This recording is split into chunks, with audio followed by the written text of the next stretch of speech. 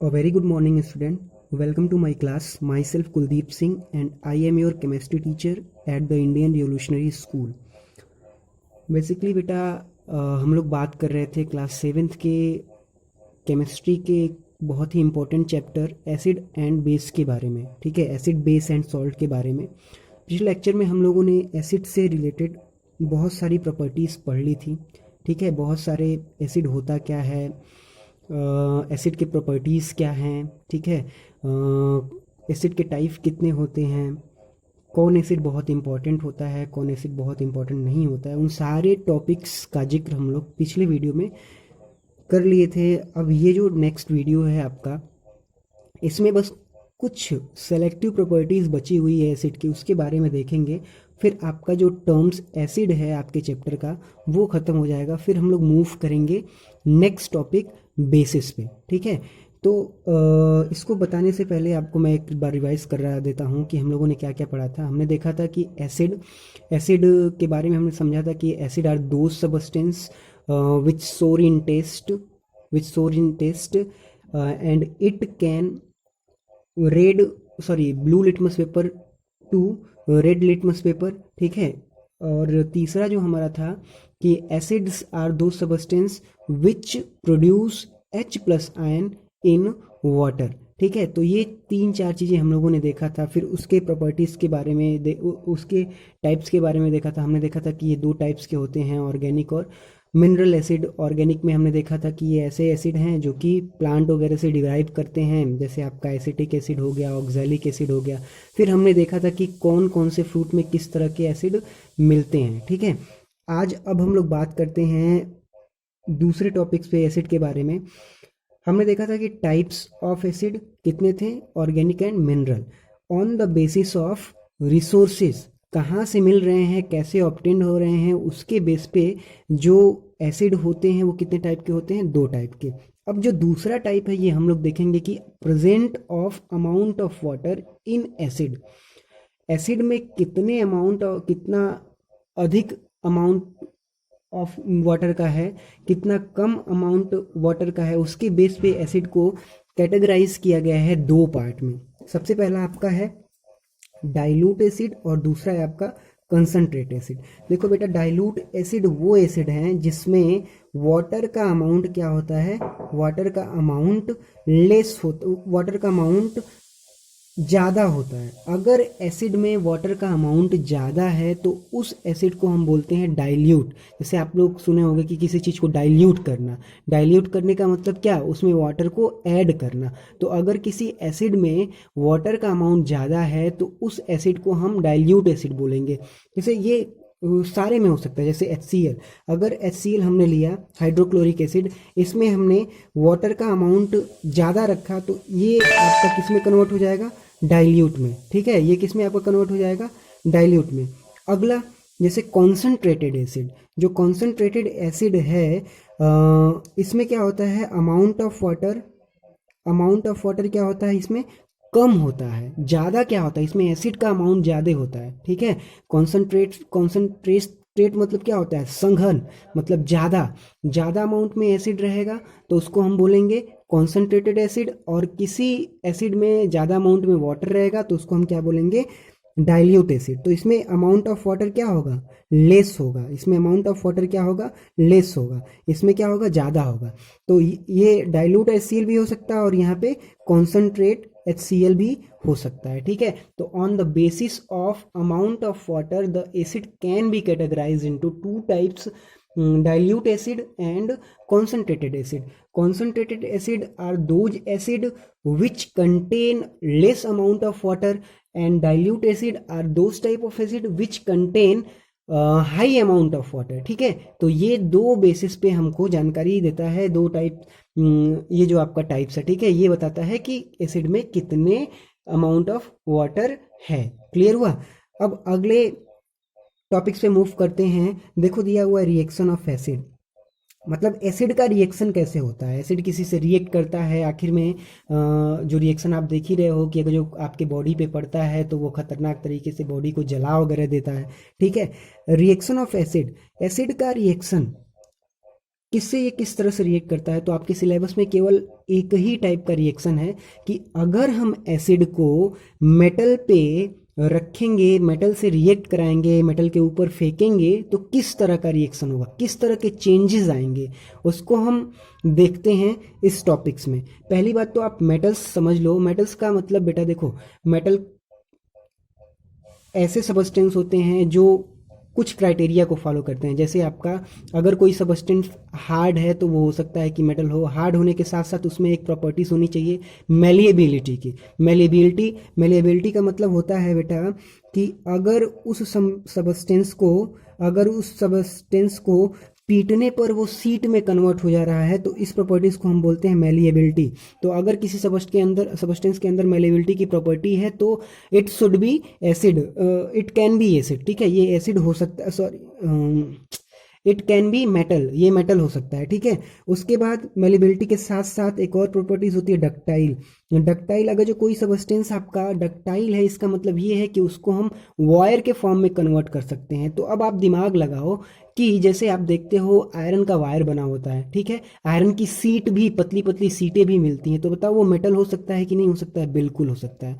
तो metal are those substance which follow the following criteria. First, it can be hard, दूसरा it can be malleable, तीसरा it can be ductile, और चौथा it can be lustrous का मतलब होता है चमकीला, साइनी। तो साइनी भी होता है आपका मेटल। तो ये अगर जो प्रॉपर्टी किसी सबस्टेंस के अंदर है तो वो क्या हो सकता है? मेटल्स। तो अगर हम एसिड का रिएक्शन, एसिड को हम किसी मेटल पे डालें तो होता क्या है, वहां से हाइड्रोजन गैस बाहर निकलने लगती है। वहाँ पे क्या होता है, हाइड्रोजन गैस बाहर निकलती है और सॉल्ट का फॉर्मेशन हो जाता है। देखो फॉर एग्जांपल, जैसे मान लो अगर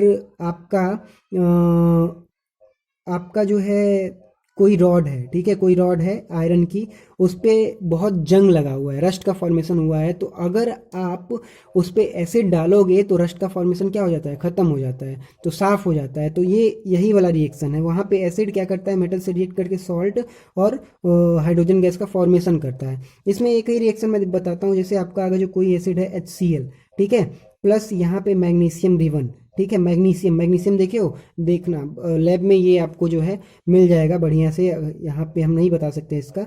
ठीक है, तो HCl और मैग्नीशियम, तो यहाँ पे अगर हम इसका रिएक्शन देखें तो एक्चुअल में होता क्या है, ये MgCl2 बन जाता है और प्लस यहाँ पे हाइड्रोजन गैस क्या होती है, बाहर निकल जाती है। MgCl2 का मतलब क्या होता है? सॉल्ट। यहाँ पे सॉल्ट का फॉर्मेशन देखो, यहाँ पे सॉल्ट का फॉर्मेशन हो गया और हाइड्रोजन गैस बाहर निकल गई। तो एसिड अगर मेटल से रिएक्ट करता है तो ये दो तरह का सबस्टेंस का फॉर्मेशन करता है। पहला सॉल्ट और दूसरा हाइड्रोजन गैस। पहला सॉल्ट और दूसरा क्या? Hydrogen gas. ठीक है, तो ये चीजें।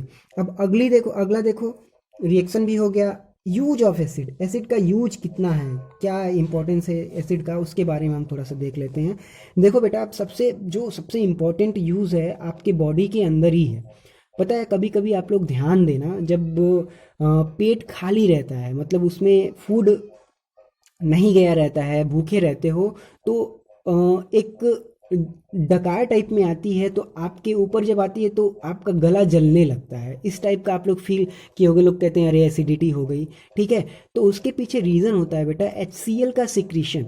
HCl वहाँ पे सिक्रीट होता है। जब आपका खाली पेट होता है तो खाली पेट में HCl का सिक्रीशन होता है। वो इसलिए बताता है कि भाई अब जो है आपके पेट में जो है, स्टमक में जो है वो खाने की कमी है, अब खाना खाइए। और जब खाना आप खा लेते हो तो वहाँ पे HCl क्या करता है, फूड को डाइजेस्ट करता है। तो सबसे इंपॉर्टेंट चीज़ तो यही है।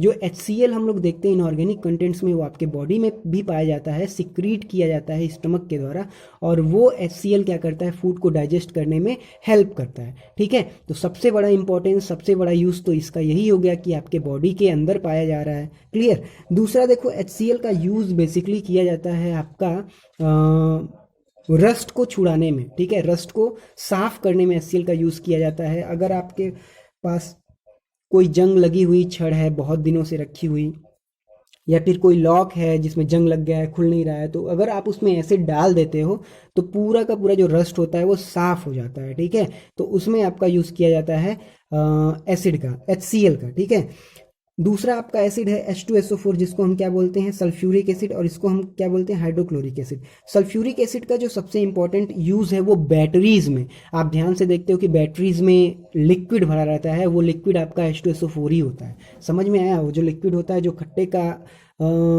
खट्टेपन का जो महसूस करवाता है, वो आपका क्या होता है, वो आपका क्या होता है, वो H2SO4, वो एसिड ही होता है। ठीक है, तो बैटरी वगैरह में यूज होता है। फर्टिलाइजर्स के फॉर्मेशन में, जो आपके खाद वगैरह बनते हैं, वहाँ पे भी H2SO4 का बहुत हाई अमाउंट में यूज होता है प्रोड्यूस करने के लिए खाद वगैरह को।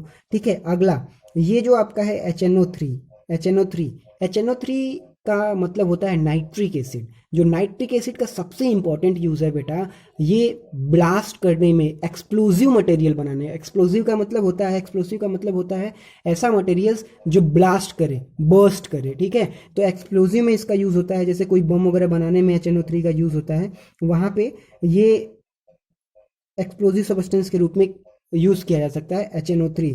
और डाइज का मतलब समझते हो? डाइज मतलब ये जो कलर देखते हो ना आप अपने कपड़े पे, ये सारे डाइज ही तो हैं। आपके कपड़े का कलर क्यों नहीं होता? क्योंकि उसमें परमानेंट डाइज होते हैं। ठीक है, तो परमानेंट डाइज वगैरह बनाने में भी HNO3 का जो है वो क्या होता है, यूज होता है। ठीक है, अगला यूज देखते हैं। अगला यूज है आपका CH3COH। तो आपका सबसे बड़ा यूज होता है फूड सप्लीमेंट के रूप में, लोग लेते हैं इसको फूड सप्लीमेंट के रूप में।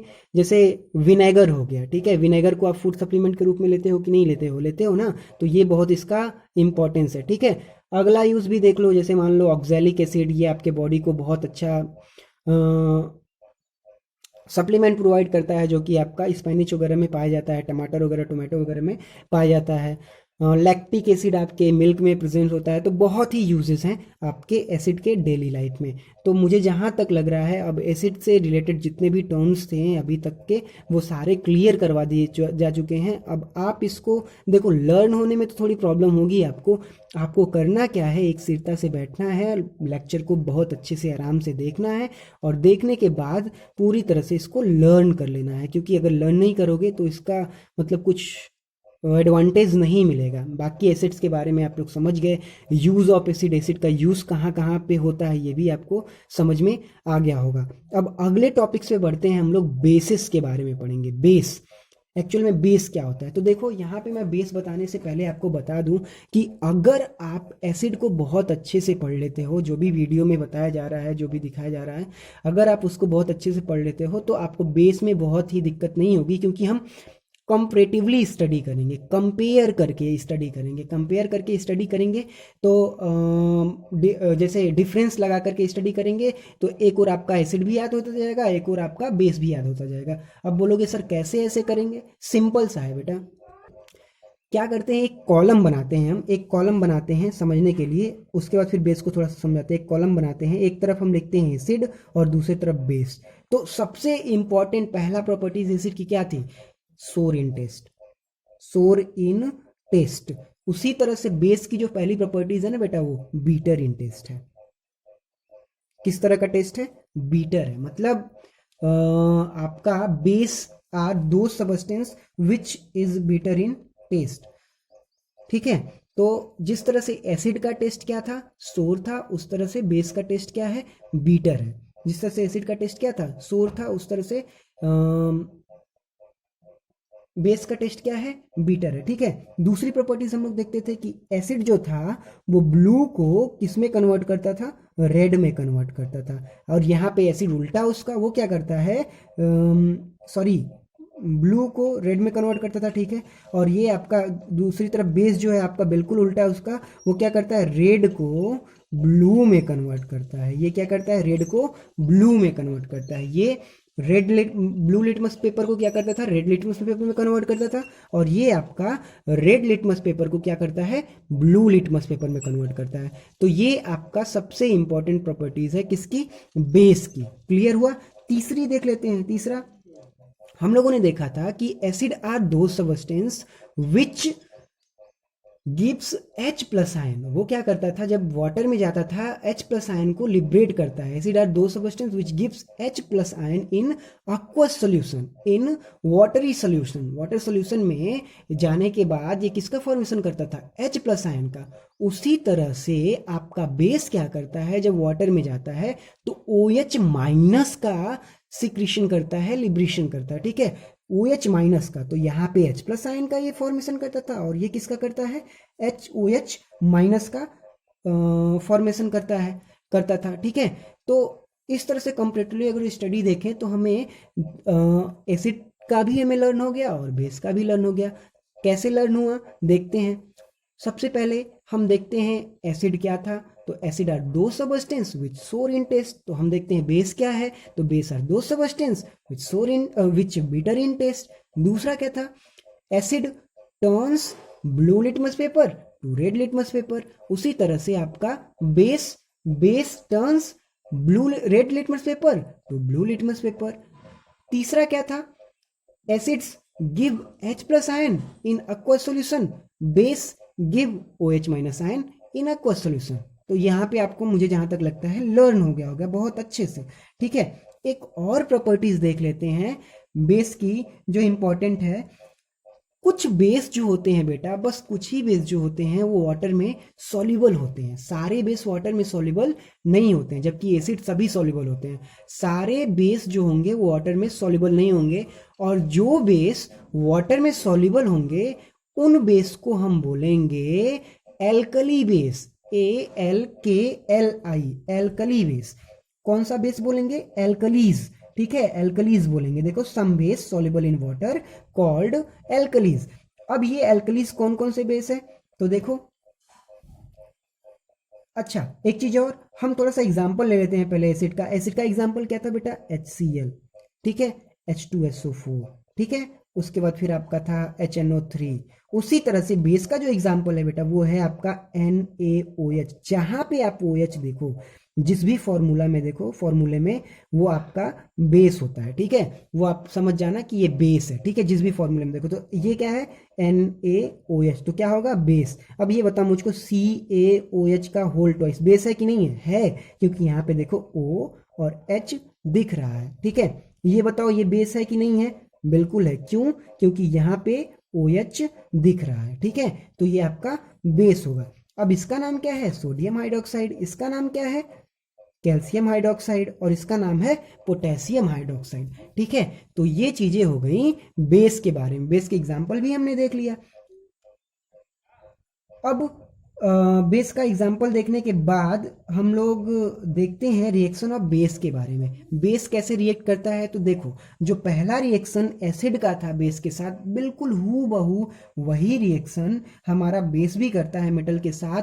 और सारे बेस नहीं करते हैं, सारे बेस मेटल के साथ जो है वो रिएक्ट नहीं करते हैं, बस कुछ ही बेस जो है वो मेटल के साथ रिएक्ट करते हैं। और किसका फॉर्मेशन करते हैं, सॉल्ट का फॉर्मेशन करते हैं, प्लस हाइड्रोजन गैस का फॉर्मेशन करते हैं। सॉल्ट का फॉर्मेशन और प्लस हाइड्रोजन गैस का फॉर्मेशन करते हैं। तो यहाँ पे आपको बहुत ज़्यादा पैनिक नहीं होना है, बस ये रिएक्शन देखो, बेस, यहाँ पे ध्यान से देखो, ये वाला रिएक्शन मैं आपको दिखा दे रहा हूँ आपके स्क्रीन पे, देखो सिंपल सा वही है, base react with metal to form salt plus hydrogen gas. आपके सिलेबस में है नहीं ये सब रिएक्शन, तो आपको समझने की जरूरत नहीं है, बस केवल आप थोड़ा सा एक्स्ट्रा पढ़ लो, उसी के लिए बस मैं यहाँ पे ये बता रहा हूँ। क्लियर हो गया, सारा चीज क्लियर हो गया। एक बार फिर से बेस के बारे में पढ़ लें। Base are those substance which bitter in taste, it turns red litmus to blue, some bases soluble in water called alkalis. वो एल्कलीज कौन कौन से हैं, देखो कौन कौन से बेस वाटर में सॉल्युबल होते हैं, CaOH का होल ट्वाइस, CaOH का होल ट्वाइस, और यहाँ पे NaOH। तो ये सारे जो हैं आपके ऐसे मेटल हैं, आपके ऐसे बेसेस हैं जो कि वाटर में सॉल्युबल, सॉरी ये CaOH का होल ट्वाइस नहीं होगा, यहाँ पे KOH आपका जो है वाटर में सॉल्युबल है। तो इस लेक्चर में फिलहाल हम लोग इतना ही बात करेंगे, ठीक है। अब आगे के लेक्चर में आगे बढ़ने से पहले मैं आपको कुछ क्वेश्चन देता हूँ, उस क्वेश्चन को आप सॉल्व कर लेना। जैसे अगर मैं क्वेश्चन पूछूं कि base are bases are soluble in water. तो कोशिश करना इस क्वेश्चन का आंसर आप कमेंट बॉक्स में दे सको, ठीक है। अब यहाँ पे अगर जो मैं यहाँ पे लिख दूँ KOH H2SO4 HNO3, ठीक है, NaOH, इसमें आपको बेस को छाट करके अलग लिख लेना, ठीक है। इसमें से बताना कि कौन बेस है और कौन एसिड है। और अगर जो कोशिश करना, अगर जो आप लिख सकते हो कमेंट बॉक्स में, तो कमेंट बॉक्स में भी लिख देना, ठीक है। तो आज के लेक्चर में बस इतना ही। आगे हम कल पढ़ेंगे एसिड और बेस का एक साथ रिएक्शन, मतलब कि न्यूट्रलाइजेशन रिएक्शन। बहुत इंपॉर्टेंट रिएक्शन है, इसके बारे में हमको कल पढ़ना है, बहुत अच्छे से पढ़ना है। तो अभी आज के लिए फिलहाल इतना ही। कल मिलते हैं हम लोग सुबह को, हो सकता है मोस्ट प्रोबेबली वीडियो आप तक जो है पहुंच जाएगा, वीडियो अपलोड हो जाएगा, ठीक है। बाकी ये जो दोनों लेक्चर हैं, बढ़िया से घर पे बैठो, रिवाइज करो और पढ़ो। कोरोना से भी बचे रहो, ठीक है। बहुत सारी चीज़ें हो रही हैं, बहुत तेज जो है यहाँ पे जो इन्फेक्शन है बहुत तेज बढ़ रहा है, तो आपको घर से बाहर निकलने की कोई ज़रूरत नहीं है। क्वारंटाइन होकर के रहो और रूल रेगुलेशन को फॉलो करो, पढ़ाई करो, फोकस करो। बस तब तक के लिए नमस्कार, बाय बाय, टाटा।